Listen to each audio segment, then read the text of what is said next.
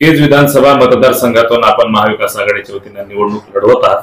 आपलं काय आव्हान असेल जनतेला आणि मतदारांना?